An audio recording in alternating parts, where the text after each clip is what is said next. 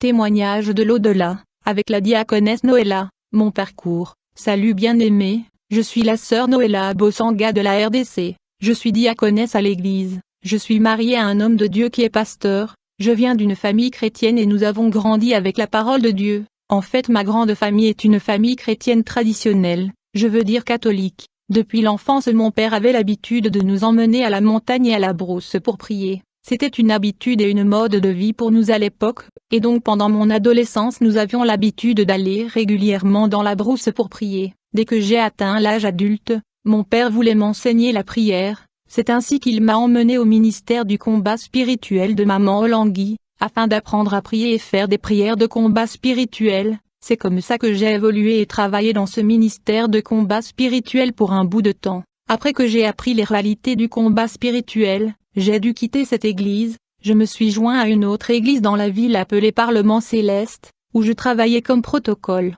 J'ai travaillé dans cette église pendant un certain temps, et alors que j'évoluais dans cette église, soudain le Seigneur me visita et me dit, en raison de la condition et l'état spirituel de cette église, vous allez devoir quitter. À vrai dire, ce fut après mon baptême dans ce ministère que j'ai prié. J'ai demandé à Dieu certaines clarifications et assurances. J'ai dit Seigneur, si vous voulez vraiment que je sois dans ce ministère, veuillez me le révéler. Et si vous voulez que je sois ici, laisse que l'onction qu'il y a dans cette église vienne sur moi. Mais si vous ne voulez pas que je sois ici, laisse que rien de cette église ne soit semé en moi, et laisse que je sois épargné de tout ce qui se passe dans ce ministère. C'est alors que le Seigneur m'a parlé. Révélation sur les faux prophètes. Le Seigneur Jésus n'a pas tardé, et il m'a révélé beaucoup de choses cachées sur cette église qui était mon église. En plus, il m'a révélé beaucoup de choses concernant des églises et les grands ministères dans le pays. Alors le Seigneur m'a parlé clairement avec une voix audible me disant ceci, ma fille Noëlla, ceci n'était pas votre église,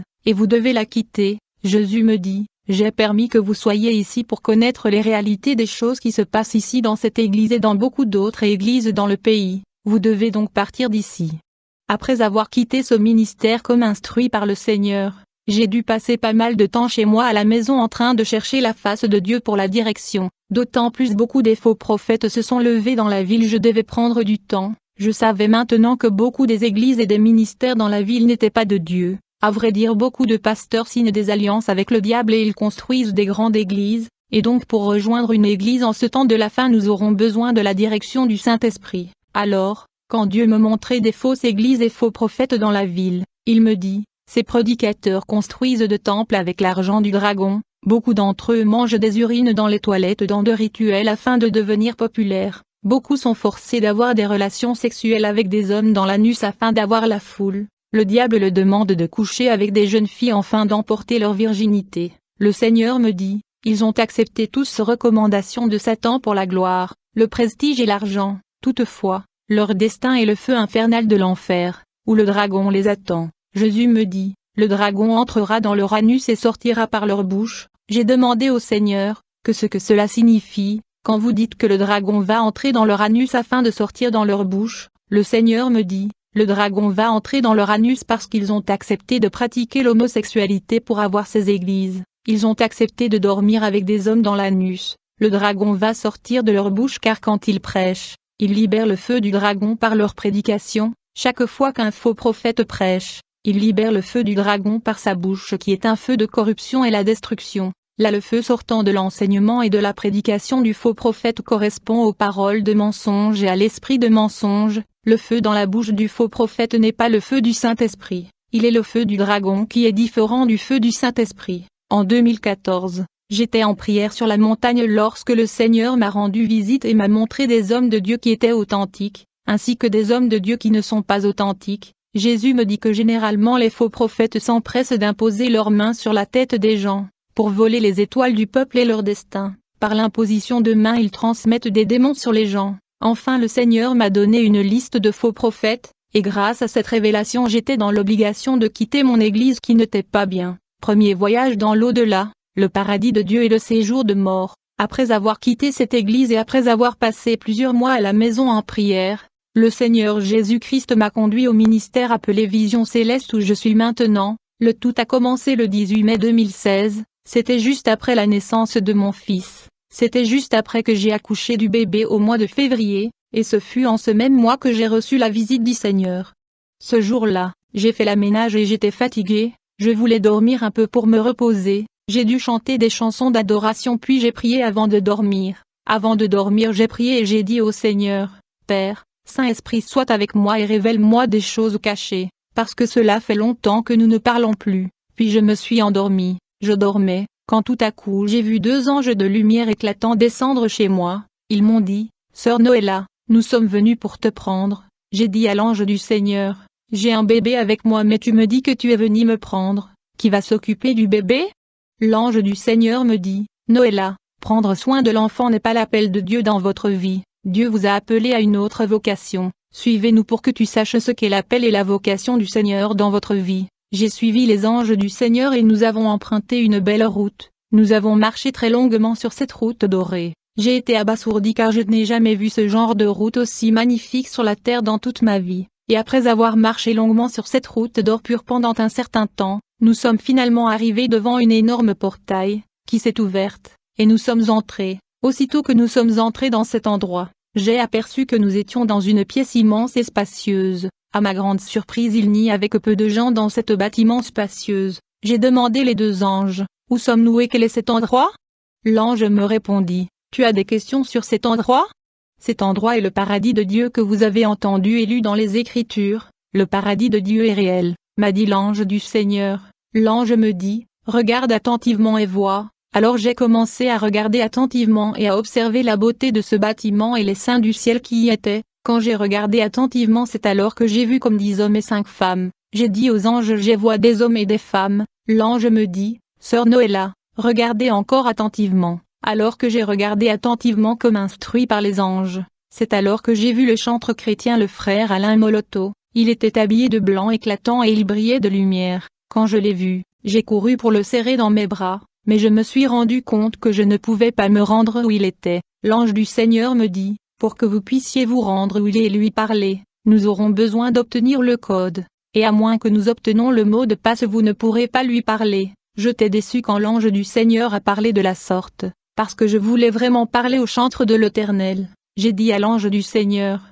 si je ne peux pas dialoguer avec le frère Alain, quel est mon but ici? C'est alors qu'un des anges me dit d'attendre. Ensuite il s'est rapproché du frère Alain Moloto et m'a laissé avec son compagnon. Il alla vers le chantre Alain. Aussitôt qu'il a touché l'épaule du chantre de l'Éternel, immédiatement j'ai vu mon frère le chantre Alain venir vers moi. J'ai pu reconnaître le frère Alain, bien qu'il était rajeuni et vêtu d'un vêtement blanc le plus pur et éclatant. Il avait toujours son style de cheveux et il brillait. La Bible dit que les justes resplendiront comme le soleil dans le royaume de leur Père. Ceux qui auront été intelligents brilleront comme la splendeur du ciel, et ceux qui auront enseigné la justice à la multitude brilleront comme les étoiles à perpétuité. Aussitôt que le frère Alain s'est approché de moi, je pouvais voir que le chantre était heureux et content de recevoir la visite de quelqu'un du pays. J'étais aussi heureux de le voir dans la gloire au paradis de Dieu dans le royaume de lumière. J'ai commencé à dialoguer avec le chantre qui m'a reçu dans le monde céleste. J'étais tellement curieux que j'ai commencé à lui poser des questions sur les défunts chantres de gospel congolais qui sont décédés récemment. Je lui ai dit, frère Alain, tu es ici au paradis, mais comment se fait-il que tu sois seul? Où sont d'autres chantres et musiciens chrétiens du Congo qui sont morts il y a pas longtemps? En fait, je lui ai demandé où est le chantre Charles Mombaya que j'aimais beaucoup. Il m'a répondu, ma sœur depuis que je suis arrivé dans ce monde céleste de lumière je ne l'ai pas vu, il n'est pas ici dans le paradis de Dieu. Quand je lui ai demandé à propos d'autres chantres du gospel congolais qui sont morts il y a pas longtemps, le bien-aimé Alain m'a dit quelque chose de pénible. Il me dit ma sœur, depuis que je suis arrivé dans le royaume des cieux je n'ai pas vu de chantres de gospel congolais qui sont morts avant moi et récemment, je suis seul ici. Je lui ai dit mais comment se fait-il que tu sois seul? Il me répondu, ils ne sont pas ici et je les ai pas vus depuis que je suis là. Le chantre me dit j'ai pitié de ceux qui sont restés au pays, vous devez être saints pour entrer dans le royaume des cieux, car beaucoup de ces chantres ne marchaient pas dans la sainteté, beaucoup de ce chanteur et beaucoup des enfants de Dieu ne marchent pas dans la voie du Seigneur. Ils ne marchent pas dans la purification, la sanctification et l'obéissance. Le chantre de l'Éternel me dit, ma sœur, j'ai pitié des chantres de gospel congolais en effet il ne vit pas dans la renonciation, et je suis particulièrement préoccupé, inquiet et soucieux à propos de mon fils dans la foi, le frère Atom Sambuma. Dès qu'il se mit à parler du frère Atom j'ai remarqué que le frère Alain était inquiet. Je lui ai demandé pourquoi es-tu inquiet? Il me dit, Je suis préoccupé à cause de mon fils dans la foi, le frère Atoms. Le frère Alain me dit, mon fils dans la foi Atoms a déjà reçu plusieurs messages d'avertissement du Seigneur mais il n'écoute pas. Dites au frère Atoms que le sceau qu'il reçoit n'est pas de Dieu. Il devrait rejeter la marque et le sceau que les compagnies lui proposent, sinon il ne vient pas dans ce royaume de lumière. S'il veut venir où je suis, il doit suivre le principe établi par Dieu. Dis aux chantres congolais d'abandonner le prestige s'ils veulent venir dans ce royaume doré. Dites-leur que le travail de Dieu ne peut pas être rémunéré et payé sur la terre par les hommes, car nos récompenses et notre rémunération seront véritablement au paradis. Le fait que vous me voyez au paradis est la rémunération et récompense de la vie de sacrifice et de sainteté que j'ai menée sur la terre. J'ai failli presque tomber dans ce piège de jouer de concert pour des compagnies, mais quand j'ai réalisé que ce n'était pas la voie du Seigneur, je l'ai rejeté et je me suis repenti, parce que j'ai réalisé que c'était un piège de l'ennemi. C'est pour cette raison que vous me voyez dans ce royaume de lumière. Je vous demande de dire aux chantres d'abandonner des concerts de prestige et de marque, que des différentes compagnies organisent avec des chanteurs chrétiens, sinon elles n'entreront pas dans ce royaume. Puis les deux anges m'ont pris et m'ont transporté vers un autre endroit, où j'ai vu une foule immense comme le sable de la mer. Ils étaient vraiment nombreux, mais j'ai remarqué que ces gens étaient agités et inquiets. J'ai demandé à l'ange pourquoi cette foule de gens semble tous agités et mal à l'aise. L'ange me dit, ces gens sont agités parce qu'ils sont dans le séjour des morts. Il n'y a pas de repos ni de paix au séjour de mort. En fait, la première partie du séjour de mort que j'ai vu était la porte du ciel où j'ai vu les gens qui étaient morts en Christ. Ils faisaient la queue devant la porte du ciel, devant les anges et le livre de vie de l'agneau. Ceux qui avaient marché dans la sainteté et la renonciation et renoncement, et qui avaient leur nom écrit dans le livre de vie avaient accès au royaume éternel de gloire. Heureux les morts qui meurent dans le Seigneur, car leurs œuvres les suivent. Par contre, les chrétiens dont le nom avait été effacé du livre de vie, à cause des péchés non confessés, furent jetés dans les ténèbres extérieures, où j'ai vu le chantre congolais le frère Guilain. Il n'était pas en paix, il était agité. Je lui ai approché pour dialoguer avec lui, et je lui dis, frère Guilain, ta mort était si inattendue que nous avons tous été choqués, mais tes chansons continuent de fortifier encore le peuple des dieux, mais que fais-tu ici au séjour de mort? À ma grande surprise, le chantre Guilain ne m'a pas répondu, c'est comme s'il ne m'avait même pas entendu. L'ange du Seigneur m'y informa qu'il ne m'écoutait pas. L'ange me dit, tu n'es pas venu ici pour lui. Puis nous avons commencé à sillonner au séjour de mort. J'ai remarqué que nos pieds ne touchaient pas le sol. Puis un ange me laissa sous la garde de son compagnon. Il se dirigea vers la porte d'un lieu qui ressemblait à une case et il l'ouvrit. À ma grande surprise, il fit sortir la sœur Marie Misamou. Quand je vis notre sœur la chantre Marie Misamou sortir de cet endroit horrible, j'ai été choqué et déçu de la voir dans le séjour des morts. Je lui ai dit, grande sœur Marie, comment peux-tu venir dans un si mauvais endroit? Tu es tellement précieux pour les enfants de Dieu au Congo. Tu es mort et tu nous as laissés sous le choc.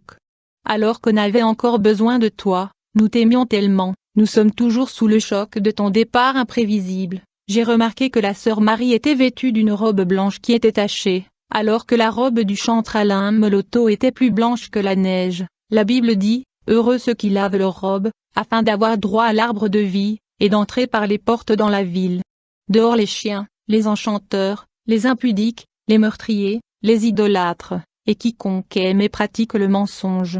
Nous devons apprendre à marcher dans la sainteté afin de garder notre vêtement blanc sans tache. Pendant que je parlais à la sœur Marie Misamou, l'ange de l'Éternel me dit, elle n'entend pas ce que vous dites, je dois recevoir le mot de passe pour déverrouiller la communication avec elle. Quand l'ange qui a sorti la sœur Marie s'est éloigné d'elle, du coup la sœur a commencé à me parler. La sœur Marie me dit, pourquoi tu pleures? Je suis heureux de te voir malgré la souffrance que j'endure dans ce monde. En fait, depuis que je suis mort sur la terre et j'ai atterri dans ce monde de mort où je souffre terriblement, je cherche un moyen de retourner sur la terre pour corriger mes erreurs si c'est possible. Les choses que j'ai laissées sur la terre me fait souffrir ici, et je ne peux pas voir la main de mon Créateur. La sœur Marie me dit, mon Créateur a refusé de me recevoir à la porte du ciel et j'ai perdu la couronne de la vie éternelle, à cause des choses avec que je mettais comme ornement. Je veux dire que j'utilisais le maquillage qui m'ont conduit ici en enfer. Comme toutes les autres femmes quand j'étais sur la terre, je mettais des cheveux artificiels, et quand j'étais mort j'ai passé dans l'au-delà, devant la porte du ciel. On m'a dit que toute femme mettant des cheveux artificiels ne portera pas la couronne de vie, et n'entrera pas dans le royaume éternel de Dieu. Alors, tu vas aller dire aux femmes sur la terre, surtout les chantres chrétiens qui copient mes styles de cheveux artificiels, de cesser de suivre mon style, sinon elles perdront leur couronne de vie. et elles vont se retrouver au séjour de mort comme moi. Dites-leur de ne pas mettre de cheveux artificiels et de ne pas suivre mon style parce que je souffre. Plus les gens suivent mon style, plus je suis torturée ici en enfer. La sœur Marie Misamu me dit, je portais des cheveux artificiels et cela m'a fait rater le ciel et m'a empêché de porter la couronne de vie. Ces ornements et parures m'ont empêché de voir la gloire de Dieu. En plus, quand j'étais sur la terre, je mettais des cils d'œil et des boucles d'oreilles. Ma sœur Marie me dit, je ne pouvais pas entendre la voix du Seigneur à cause de boucles d'oreilles que je mettais. Je ne pouvais pas évangéliser et proclamer l'évangile à cause de rouge à lèvres avec laquelle je me colorais les lèvres. Ma main ne pouvait toucher la main du Seigneur à cause des ongles artificiels que je mettais sur mes ongles, et j'avais l'habitude de peindre mes ongles avec les vernis. Je ne pouvais pas marcher dans la gloire de Dieu à cause des hauts talons que je portais. Je dis à la sœur Marie, en dépit de la connaissance tu as tout de même continué à mettre ces ornements. Pourquoi as-tu continué à mettre ces maquillages et ornements? La sœur Marie me dit, dans le monde, cette parure et ornements sont ce qui rend les femmes spéciales, et je voulais être spéciale, mais j'ai ignoré la gravité de ces choses, c'est pourquoi je suis ici. Toute cette parure n'est pas autorisée. Le Seigneur veut que ses filles soient naturelles et non artificielles, comme instruit par l'apôtre Paul à Timothée, quand il dit, je veux aussi que les femmes, vêtues d'une manière décente, avec pudeur et modestie, ne se parent ni de tresses, ni d'or, ni de perles, ni d'habits somptueux, mais qu'elles se parent de bonnes œuvres, comme il convient à des femmes qui font profession de servir Dieu. Puis la sœur Marie me dit, ma sœur, tu vas aller dire à frère Patrice de dire aux chantres chrétiens de ne plus accepter de jouer des concerts pour les compagnies, de ne plus accepter de concerts de marque et de cachets de compagnie. Il ne devrait plus permettre aux compagnies de parrainer leurs concerts. Dis-lui de dire aux chantres de gospel d'arrêter de faire de concerts pour des grandes entreprises et marques. Dites aux chantres de ne pas coucher avec le producteur. Et dites à ceux qui sont dans de groupes de louanges et adoration d'éviter la fornication dans le groupe. Dites aux filles et femmes de Dieu d'ouvrir leurs oreilles et d'écouter ce que je dis. Elles doivent abandonner le maquillage, le parure artificielle et les ornements comme des cheveux artificiels qui m'ont conduit en enfer. Et je ne vois pas Dieu ici au séjour de mort et j'ai mal. Je veux retourner sur la terre pour corriger les choses mais il n'y a pas moyen de revenir en arrière. Dites aux enfants de Dieu d'abandonner des choses qui semblent être prestigieuses et la luxure. Quand je me suis réveillée de cette expérience, mon attitude a changé. J'ai raconté à mon mari tout ce que j'ai vu et nous avons prié. Mon mari me dit plus tard que je parlais avec une voix qui n'était pas la mienne, c'était en fait la voix de la sœur Marie Misamu. Bien-aimée, dans le passé j'ai entendu des témoignages sur le maquillage et le parure extérieure, je ne les ai pas pris au sérieux, mais quand j'ai fait cette expérience divine, j'ai compris que ces choses sont sérieuses et il n'y a pas de blague. J'étais une dame chrétienne